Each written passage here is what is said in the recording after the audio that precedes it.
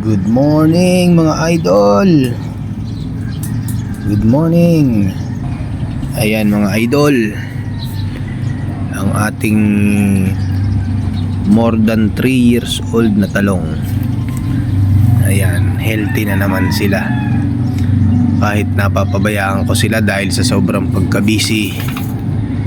Ayan, healthy. Bumata na naman. Ayan ating okra oh. Ayan, at nakapitas nga tayo ng mga okra at talong. Sariwang sariwa. Ayan oh. Ay, talaga naman naubos yung time. Hindi man lang nabibisita, ngayon lang ulit. Kaya naman diniligan na natin ulit ng mahiwagang pangdilig. So expect na natin to. Ilang araw magaganda na talaga to ulit. Ayan o, bumata na. Itong ating kamatis na pabayaan na talaga. Hindi na talaga naasikaso. Hindi ko naasikaso talaga. Sa totoo lang, sobrang pagod, sobrang busy. Kaya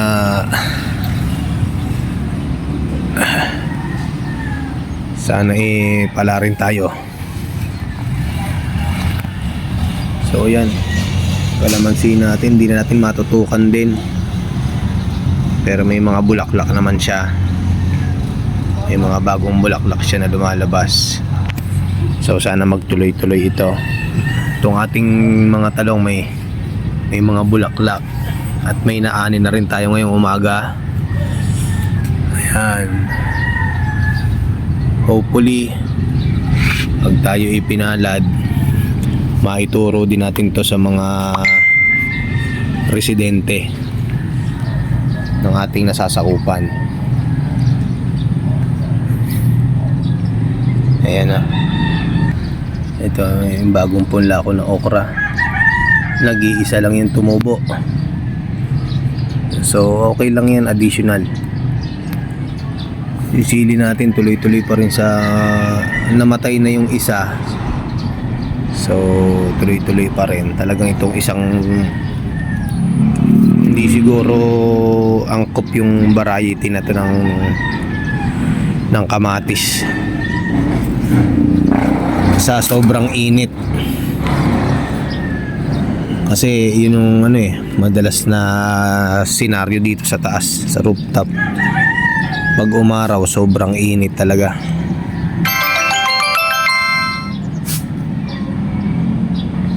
Ayan.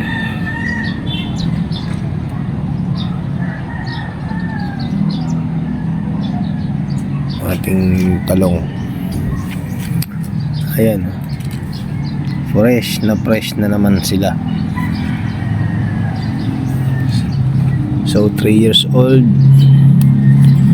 Ayan yung patunay. Ang puno talaga namang namamaluktot na sa pagkatanda, pero tuloy-tuloy pa rin bumabata dahil sa ginagawa nating pagpupruning at pagdidilig ng organic fertilizer sa kanila. Bagamat palaging nakakaligtaan dahil sa sobrang pagka-busy sa mga ginagawa ngayon, malaking tulong talaga yung organic fertilizer na ginawa ko, na natutunan ko rin sa iba, sa mga idol natin. Ayan, tingnan nyo po, napakaganda. Ganda na naman nilang pagmasdan. Ayan, hiwalay natin ng konti, masyadong dikit-dikit. Ayan. Oh, tingnan nyo yung sanga oh, bumata talaga. Ayan pa ito, pausbong pa lang. Hinalbok ko talaga to kasi ito talagang masyadong maraming sanga ito nung nagdaan na magulang. So pinagtatanggal ko talaga pati itong isang ito.